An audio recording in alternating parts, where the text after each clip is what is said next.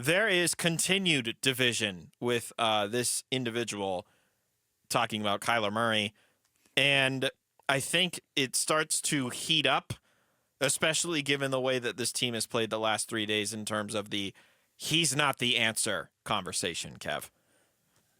I'm continually a Kyler defender, I think, because I grew up here. I watched, a lot of Jeff Blake and Max Hall. And look, Carson Palmer threw interceptions sometimes and forced things sometimes and looked bad sometimes.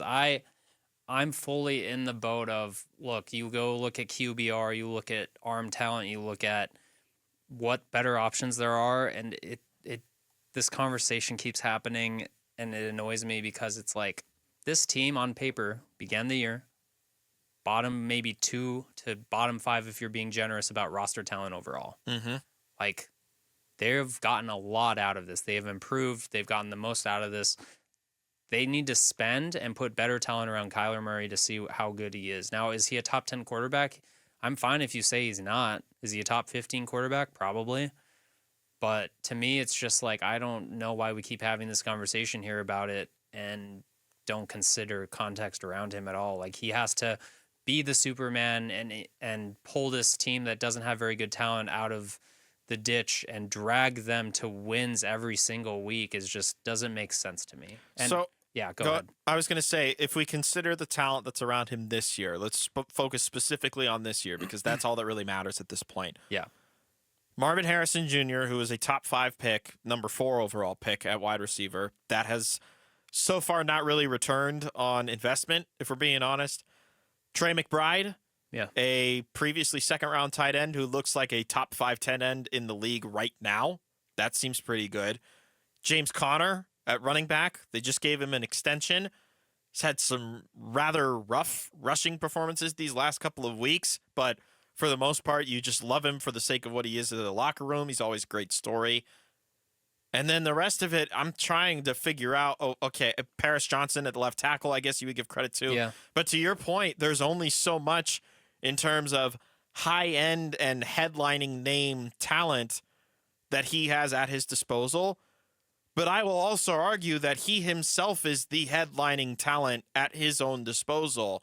And whether that means finding running lanes or finding the proper throwing routes and not getting thrown off by missing a defender in coverage who was essentially right there the whole time and just picked it off out of thin air.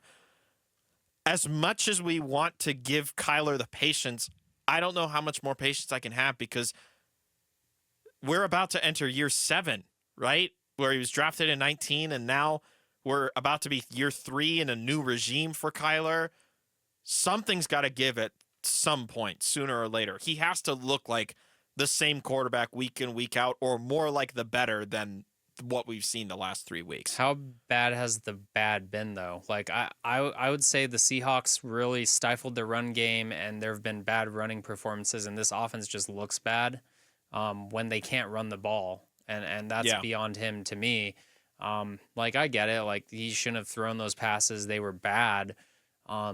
You go look at some tape, and the expert guys, Ted Wynn on, I think he's working for The Athletic, put out some posts like the Seahawks were dialing up some crazy stuff because they couldn't get anything on first and second down. And you can blame Kyler for not getting in that position, but then they're literally blitzing and disguising it looks like too high, and they're literally swapping 2 guys' position because Kyler's so worried about the blitz, because they can do that because it's third down and they're bringing heat because they put the Cardinals in a bad position. Like, there's context to every single play I think we're missing here. But yeah, I don't want to defend him to the end, but I just wonder, like, okay, if you want to move on from Kyler, is there a free agent? You go look at the free agents. It's not good.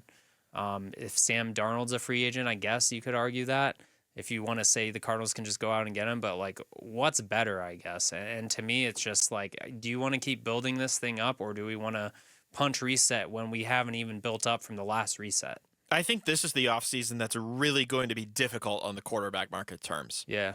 Beyond just, you mentioned Sam Darnold, Jameis Winston's going to be a free agent, Russell Wilson's going to be a free agent, Justin Fields. Like, if you consider any of the free agent options alone, that would be available to any teams taking. Like there's no headliners, right? It's just guys that were very successful in the situations that they were in.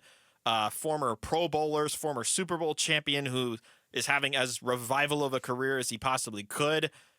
And then the draft class, if you even want to go that far, there's no names that are really living up to any sort of he's a day one starter potential like we would have thought back in August. If you consider Quinn Ewers, Carson Beck, maybe Cam Ward, but I don't really want to push it. Shadur Sanders, I don't really want to push it there. It just doesn't seem like a class or an offseason where you can comfortably say, yes, I'm good moving on from Kyler Murray because of blank. You know, you can make an argument for it. Absolutely. Who would have expected this from Sam Darnold or Russell Wilson this season? But at the same time, to your point, how much of it is the situation that they're in as opposed to just them reviving their careers the way that they had? It's like Justin Fields is kind of like Kyler, where he has these really natural, unique talents, but he has not figured it. I mean, the Bears, it's the Bears. But then, like, yeah, he played okay for the Steelers this year, but then Russ comes in and kind of tears it up and just, like, limits him to being, utilized hardly. Mm-hmm. Jimmy G, I think, is a free agent Tommy DeVito. Or Drew Lock. Heaven forbid. Yeah, so I just don't see it this year. If you give me a obvious, and they're not tanking, they haven't tanked, so it's like, even if you say Shadur Sanders is at the end of the first round, is that appealing? I don't know. Is that worth the headache? No. So, yeah, I just don't understand the whole thing until, spend money, build this up around Kyler. Next year, if you say you spent money, you got talent, and you're not getting enough out of your starting quarterback around that, then that's fine. But I just don't understand, because it's like we're so herky-jerky in between. Oh, he looks like the MVP guy, and he had a bad game. Everyone has a bad game.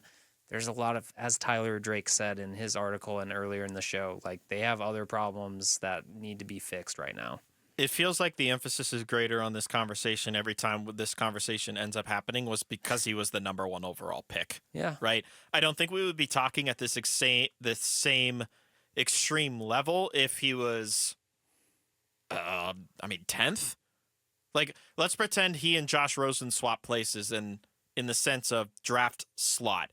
Are we freaking out this much talking about Kyler Murray coming out of the 10th overall slot versus the way we're talking about Kyler Murray coming out of the 1 overall slot? Yeah. Or is that part irrelevant now and we're focused completely on just the contract that he got a couple of years ago? I wrote it when Daniel Jones got waived from the Giants, every single quarterback in that class is basically failed, unless you talk about guys who are third stringers who've stuck around on practice squads.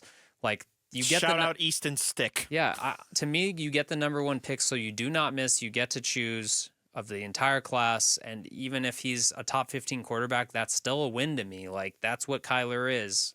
He can still maybe be a top 10 sometimes, but that's where I just get bothered. It's you won this. You have a franchise quarterback who might have flaws. Go try to win around him, and we're not at that point yet. I expect that they will try, but we have to try in the first place.